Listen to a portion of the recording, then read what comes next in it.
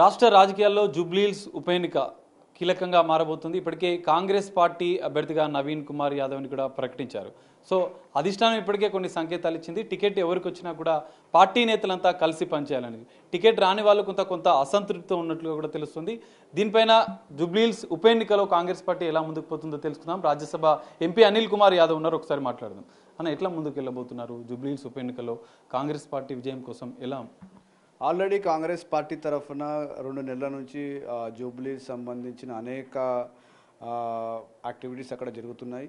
Already party తరఫున మా ముఖ్యమంత్రి గారు చాలామందిని అక్కడ ఇన్ఛార్జ్గా కూడా ఇవ్వడం జరిగింది. బూత్ స్థాయిలో కూడా వర్క్ ఆల్రెడీ స్టార్ట్ అయిపోయింది. బూత్ లెవెల్ వర్క్ కూడా కంప్లీట్ అయిపోయింది. దాంతోపాటు జూబ్లీస్ సంబంధించిన డెవలప్మెంట్ విషయాల గురించి పెద్దలు వివేక్ అన్న గారిని కావచ్చు, పున్నమన్న గారిని కావచ్చు, తుమ్మన్న గారిని కావచ్చు, గతంలోనే అక్కడ ఇన్ఛార్జ్ చేసి ఏమేమి డెవలప్మెంట్స్ పనులు ఉన్నాయో దాన్ని కూడా దృష్టి పెట్టి ఇమీడియట్లీ డెవలప్మెంట్ శాంక్షన్స్ కూడా చేసి దాదాపు నాకు తెలిసి ఒక 200 కోట్లతో ఈ 3 నెలల జూబ్లీస్లో వర్క్ స్టార్ట్ చేసినాం. ఇది కాకుండా కూడా కాంగ్రెస్ పార్టీ తరఫున కార్యకర్తలు అందరూ కూడా చాలా ఉత్సాహంగా, చాలా ఎనర్జెటిక్గా వాళ్ళందరూ కూడా పనిచేయడానికి సిద్ధంగా ఉన్నారు. ఎందుకంటే అది ఫస్ట్ నుంచి కూడా జూబ్లీస్ అనేది కాంగ్రెస్ సీట్. అది సరే కొన్ని లాస్ట్ టైం కూడా కొద్ది మార్జిన్తో ఓడిపోవడం జరిగింది. ఈసారి దానికి 100% గెలిచి కాంగ్రెస్ పార్టీ ఇంకొక సీటు హైదరాబాద్ నగరంలో పెంచుకుంటాం. టికెట్ రాని నేతలు కాంగ్రెస్ పార్టీలో అసంతృప్తిగా ఉన్నారన్నట్టు తెలుస్తోంది. మీ కుటుంబం నుంచి కూడా మీ ఫాదర్ అంజన్ కుమార్ యాదవ్ కూడా టికెట్ ఆశించిన పరిస్థితి. మరి దీనిపైన ఏం చెప్తారు? అంటే పార్టీలో ఫస్ట్ నుంచి కూడా పార్టీలో ప్రాక్టీస్ ఉంది. టికెట్ అనేది ఎవరైనా అడగొచ్చు. మా నాన్నగారు సీనియర్ మోస్ట్, హైదరాబాద్ నగర్లో సీనియర్ మోస్ట్, ఇస్తే బాగుండే అని మా కార్యకర్తలు అందరూ కూడా పర్సనల్గా అడగడం జరిగింది. అందరూ కూడా ఎందుకంటే పెద్ద మనిషి, సిటీలో ఒక పెద్ద ఫిగర్ ఉంటాడని చెప్పి ఒక ఆలోచన వచ్చింది. అందరు అడిగిరు అట్లా. ఎందుకంటే గతంలో 2 సార్లు పార్లమెంట్ సభ్యుడిగా పనిచేసినప్పుడు జూబ్లీస్లో అనేక సేవలు అందించిండు, అనేక డెవలప్మెంట్ కార్యక్రమం చేసిండు. కానీ పార్టీ ఒక డిసిజన్ తీసుకున్న తర్వాత పార్టీ లైన్ మేము డెఫినెట్లీ పార్టీ లైన్ ఉంటాం. పార్టీ కూడా మాకు తెలుసు పార్టీ డిసిజన్ లీడర్షిప్ కూడా మాట్లాడుతుంది. తప్పకుండా ఆయన కూడా డిసిజన్ పాజిటివ్ ఉంటుందని నేను అనుకుంటున్నాను. రాజ్యసభ ఎంపీగా ఉన్నారు, మళ్ళీ మీ కుటుంబం నుంచే మరో టికెట్ ఆశించారు. సో దీనిపైన కూడా కొన్ని విమర్శలు వచ్చాయి. దానిపైన మీరు నాకు రాజ్యసభ ఉన్నాను, రాజ్యసభ ఇచ్చిరు అంటే పార్టీలో నేను పనిచేస్తున్నాను. ఒక 20 years నుంచి పార్టీలో పనిచేసుకుంటూ వచ్చాను. మీరు కూడా స్వయంగా అనేక సందర్భాలలో నా ప్రోగ్రామ్స్ యూత్ కాంగ్రెస్లో ఉన్నప్పుడు ప్రోగ్రాంలు కవర్ చేసిన రోజులు ఉన్నాయి. ఒక 10 సంవత్సరాలు హైదరాబాద్ నగరంలో ఎవరు పని చేయలేరు. హైదరాబాద్ నగరంలో పనిచేయడానికి కార్యకర్తలు ఎవరు లేకుండే. మా కొంతమంది కార్యకర్తలు కాంగ్రెస్ పార్టీ సిద్ధాంతాలు నమ్మి, కాంగ్రెస్ పార్టీ ఐడియాలజీ నమ్మిన వాళ్ళు రోడ్ల మీద మేము పోరాటం చేసినాం బీఆర్ఎస్ వ్యతిరేకంగా. అప్పుడు ఎంతమంది ఉండే అప్పుడు ఎవరు లేకుండే. ఇది ఏంటంటే ఇది ఒక ఆపర్చునిటీ. బై ఎలక్షన్ వచ్చింది. ఏడనో మేము బయట ఎక్కడో మేము ఏడనో కుప్పలో మల్కాజ్గిరిలో ఎక్కడో అడుగుతారు. సికింద్రాబాద్ పార్లమెంట్లో ఉన్న బై ఎలక్షన్ వచ్చింది కనుక కార్యకర్తలు, జూబ్లీస్ కార్యకర్తలు వచ్చి వాళ్ళు అన్న మీరు ఉంటే బాగుంటుందని చెప్పారు.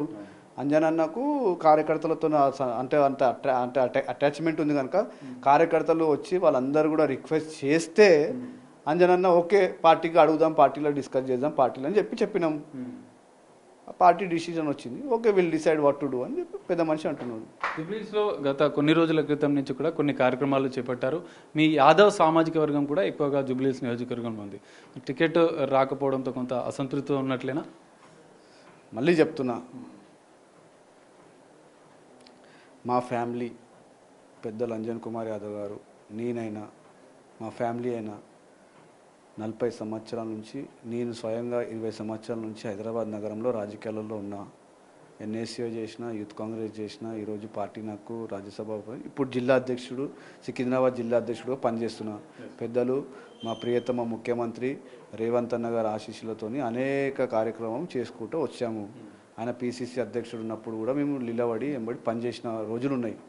ఇప్పుడు ఏంది సమస్య ఏంటంటే ఇది వేరే పార్లమెంట్లో బై ఎలక్షన్ కాదు. ఇది ఏదో Mahabubnagar parliament by election లేకుంటే కరీంనగర్ పార్లమెంట్ బై ఎలక్షన్ కాదు. ఇది సికింద్రాబాద్ బై ఎలక్షన్, సికింద్రాబాద్ పార్లమెంట్లో జరుగుతున్న బై ఎలక్షన్. సికింద్రాబాద్కి అంజన్ కుమార్ యాదవ్ కొత్తోడు కాదు. సికింద్రాబాద్కి అంజన్ కుమార్ యాదవ్ 40 సంవత్సరాల నుంచి ఇదే గడ్డ మీద రాజకీయం చేస్తున్నాం. ఈ గడ్డ మీద ఆయన చేసిన సర్వీసెస్ ఉన్నాయి. ఇవాళ వీఆర్ ఇన్ 2025. ఆయన 2004లా is elected member of parliament for Secunderabad parliament. అప్పట్లో ఉన్న ఖైరతాబాద్ నియోజకవర్గము అప్పుడు అంజన్ కుమార్ యాదవ్ గారు దానికి రిప్రజెంట్ చేసిర్రు. అదే ఖైరతాబాద్ ఈరోజు 5 నియోజకవర్గాలు ఉంది. అటు షేర్లింగంపల్లి, కుత్బుల్లాపూర్, కుక్కడపల్లి, మళ్ళీ ఇప్పుడు ఖైరతాబాద్, జూబ్లీస్ ఇవన్నీ కూడా ఒకటే. పి జనార్దన్ రెడ్డి గారు చేసిన రిప్రజెంటేషన్కి అంజన్ కుమార్ యాదవ్ గారు కూడా అప్పట్లో ఖైరతాబాద్ నియోజకవర్గం రిప్రజెంట్ చేసిర్రు. ఆయన చేసినప్పుడు అప్పుడున్న దాంట్లో దాదాపు 45 నుంచి 50 వేల ఓట్లు ఆ నియోజకవర్గంలో అంజన్ కుమార్ యాదవ్ గారికి వచ్చినాయి. ఆయన ఎప్పుడు పోటీ చేసినా కూడా జూబ్లీస్ నుంచి 40 వేల నుంచి 50 వేల ఓట్లు జూబ్లీస్ నుంచి స్టాండర్డ్గా అంజన్ కుమార్ యాదవ్ గారు సొంతం ఓటు బ్యాంకు ఆడ ఉంది. అది దృష్టిలో పెట్టుకొని పార్టీలో అడగడం జరిగింది. పార్టీ డిసిజన్ తీసుకుంది. దానిపైన కూడా సరే పెద్ద మనిషి ఆల్రెడీ మాట్లాడుతున్నారు, లీడర్షిప్ కూడా మాట్లాడుతుంది కనుక will decide, party will take a decision. పార్టీకి కట్టుబడి ఉంటాం మేము. ఇది విత్ ఇన్ ద పార్టీ మేము ఎంత కొట్లాడాలో మేము కొట్లాడతాం. అది మా ప్రాక్టీస్. అది అందరు కూడా అది నేచర్ చేయాల్సిందే. అది ఎవరికైనా ఏంటనే హక్కు ఉంటే పోరాడాలి, అడగాలి, 100% ప్రయత్నం చేయాలి. పార్టీ డిసిజన్ తీసుకున్న ఇప్పుడు ఏదైనా కోర్టులో ఆర్గ్యుమెంట్స్ అవుతాయి. ఆర్గ్యుమెంట్స్ లాస్ట్ మూమెంట్ వరకు కూడా ఆర్గ్యుమెంట్ చేస్తాం. జడ్జిమెంట్ వచ్చిన తర్వాత ఎవరు ఏం చేయలేరు. సరేనా? So it is a practice. అందరికీ కూడా కార్యకర్తలు అందరు సరే మాకున్న పర్సనల్ క్యాడర్ ఉంది జూబ్లీస్లో. అందరూ వందలాది మంది పర్సనల్గా ఫోన్లు చేస్తున్నారు, మాట్లాడుతున్నారు. వాళ్ళందరితో కూడా పర్సనల్గా మాట్లాడి కమ్యూనికేట్ చేస్తున్నాం. పార్టీ లైన్ తీసుకోవాల్సి వస్తుంది, పార్టీలో మాట్లాడతాం.